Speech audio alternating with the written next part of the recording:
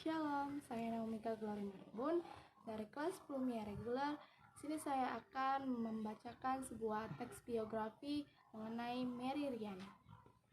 Halo guys, kita akan membahas biografi Mary Riana. Siapa itu Mary Riana? Mari kita bahas bersama-sama. Mary Riana adalah seorang entrepreneur wanita yang sukses di usia muda.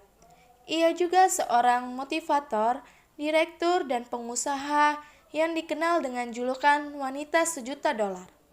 Mary Riana yang menjadi salah satu entrepreneur dan motivator wanita tersukses ini berasal dari Indonesia. Ia dilahirkan pada tanggal 29 Mei 1980 di Jakarta. Ayahnya bernama Ir Suwanto Sosro Saputro dan ibunya bernama Linda Sanian. Mary Riana lahir dan tumbuh di Jakarta dalam sebuah keluarga sederhana keturunan Tionghoa. Orang tua Mary Riana adalah seorang pebisnis dan ibu rumah tangga. Ia merupakan anak sulung dari 3 bersaudara. Adiknya bernama Aris dan juga Eric. Sebagai anak tertua dalam keluarganya, ia harus menjadi panutan dalam keluarganya agar adik-adiknya dapat mencontohnya. Mary Riana memulai pendidikannya di Sekolah Dasar SD Don Bosco Pulumas. Tamat dari sana, ia kemudian masuk di SMP Santa Ursula dan juga SMA. Ia lanjutkan di sekolah yang sama, yaitu SMA Santa Ursula yang merupakan sekolah Katolik khusus perempuan yang berada di Jakarta Pusat. Setelah lulus dari SMA, Mary Riana ingin melanjutkan kuliahnya di Universitas Trisakti. Namun, cita-cita untuk kuliah di jurusan Teknik Elektro Universitas Trisakti buyar karena kerusuhan besar di tahun 1998. Hal inilah yang kemudian akan merubah takdirnya. Karena kondisi yang tidak aman akibat kerusuhan tersebut, Mary Riana kemudian memilih kuliah di Singapura untuk menghindari hal-hal yang tidak diinginkan. Ayah Mary Riana, yaitu Suwanto Sosro Putro, memutuskan untuk mengirimkan anaknya belajar di luar negeri. Dan di Singapura kala itu merupakan sebuah pilihan yang paling masuk akal karena jaraknya yang relatif dekat, lingkungan yang aman, dan sistem pendidikan yang bagus. Mary mulai belajar di bangku kuliah di jurusan Electrical dan Electronic Engineering atau AAA di Nanyang Technological University atau NTU pada tahun 1998. Mary mengaku jurusan itu menjadi jurusan paling masuk akal baginya saat itu. Mary bercita-cita menjadi seorang insinyur. Cita-citanya tersebut mungkin karena ingin membantu sang ayah dalam menjalankan bisnis. Tanpa persiapan yang memadai untuk kuliah di luar negeri, Mary sempat gagal dalam tes bahasa Inggris di Nanyang Technological University. Tanpa persiapan bakal dana yang memadai pula, Mary meminjam dana dari pemerintah Singapura. Ia meminjam dana beasiswa dari bank pemerintah Singapura sebesar 40.000 dolar dan harus dilunasi setelah ia lulus kuliah dan bekerja. Dana tersebut sangatlah minim, karena setelah dihitung-hitung, ia hanya mengantungi 10 dolar selama seminggu. Untuk berhemat, Mary menyiasatinya dengan hanya makan mie instan di pagi hari, makan siang dengan 2 lembar roti tanpa selai, ikut seminar dan perkumpulan di malam hari demi makan gratis. Bahkan untuk minum pun ia mengambil dari air keran di kampusnya. Hal itu berangsur hampir setiap hari di tahun pertamanya kuliah. Kehidupannya yang sangat memprihatinkan tersebut mendorongnya untuk mencari penghasilan di luar. Dari mulai membagikan pamflet atau brosur di jalan, menjadi penjaga toko bunga, dan menjadi pelayan banquet di hotel. Tanpa pengalaman dan pengetahuan bisnis yang memadai, Mary terjun ke dalam dunia bisnis.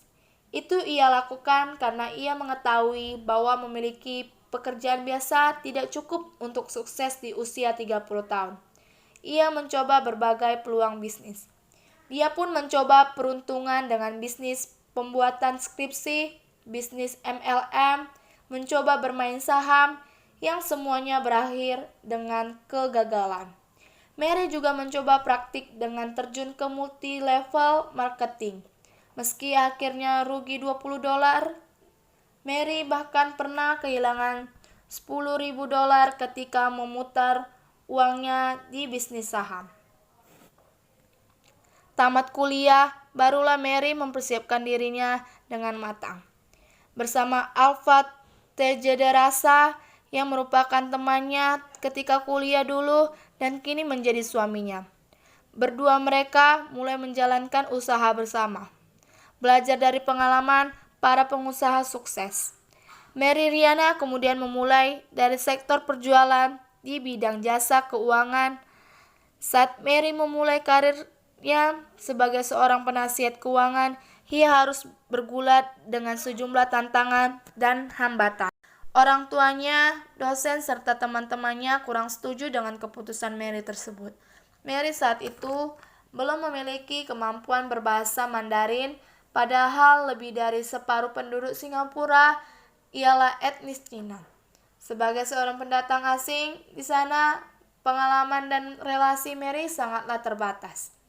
Namun, satu alasan yang membuat Mary pantang menyerah ialah usianya yang masih muda dan masih lajang sehingga ia merasa lebih bebas dan lebih berani mengambil resiko.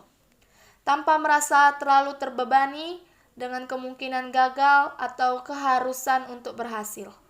Mary lebih memilih untuk memfokuskan diri pada pengalaman dan pelajaran yang bisa didapatkan selama fase-fase awal karirnya. Tapi Mary sudah membulatkan tekad. Ia bekerja 14 jam dalam sehari, berdiri di dekat stasiun MRT dan halte bus untuk menawarkan asuransi. Bahkan ia bekerja sampai tengah malam dan baru pulang jam 2 malam dini hari. Belum lagi pendapatan yang tidak pasti membuatnya terpaksa kembali berhemat untuk mengatur kebutuhan sehari-hari.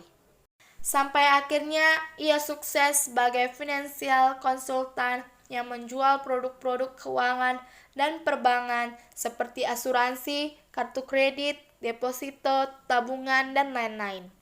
Dalam 6 bulan pertama karirnya di Prudential, Mary berhasil melunasi utangnya sebesar $40.000 Singapura. Tepat 1 tahun pertamanya, ia berhasil mendapatkan penghasilan sebesar $200.000 Singapura atau sekitar 1,5 miliar rupiah. Mary Riana kemudian dianugerahi penghargaan penasihat baru teratas yang diidam-idamkan banyak orang yang menekuni profesi penasihat keuangan pada tahun 2003. Kemudian di tahun 2004, prestasi Mary Riana yang cemerlang membuatnya dipromosikan sebagai manajer. Mary lalu memulai bisnisnya sendiri setelah diangkat menjadi manajer dengan menyewa kantor dan memiliki karyawan sendiri. Kemudian, ia mendirikan MRO atau Mary Riana Organization atau sebuah perusahaan jasa keuangan. Selain itu, ia juga mendirikan MRO Konsultan yang bergerak di bidang pelatihan, motivasi, serta percetakan buku yang berbasis di Singapura. Bersama timnya di MRO, Mary memiliki program pemberdayaan perempuan dan anak-anak muda. Anggota timnya di lembaga ini bahkan tergolong muda, berusia 20-30 tahun. Saya ingin menampung orang muda yang mempunyai ambisi dan semangat seperti saya, katanya. Kini Mary Riana mempunyai mimpi untuk memberikan dampak positif bagi 1 juta orang di Asia, terutama di Indonesia. Salah satunya dengan meluncurkan buku Mimpi $1 Juta yang sangat inspiratif dan akan diangkat ke layar lebar. Buku Mimpi $1 Juta sendiri sudah menjadi nasional bestseller hanya dalam waktu 1 bulan setelah peluncurannya. Buku ini menarik perhatian publik Singapura dan Asia Tenggara karena menuliskan prestasi Mary Riana yang menghasilkan $1 juta Singapura pada usia 26 tahun yang awalnya Mary Riana adalah mahasiswa Nanyang Technological University yang berhutang sebanyak $40.000. Singapura. Profil kesuksesan Mary Riana mulai dikenal setelah muncul di artikel The Straits Times pada tanggal 26 Januari 2007 yang berjudul She's Made Her First Million at Just Age 26. Ia mencapai $1 juta pertamanya di usia 26 tahun. Mary Riana aktif sebagai pembicara di berbagai seminar, perusahaan, sekolah, dan media massa di Singapura dan beberapa negara di Asia Tenggara. Ia dikenal giat dalam memanfaatkan jejaring sosial Twitter melalui akun Twitternya di Mary Riana. Sekian dari saya mengucapkan terima kasih.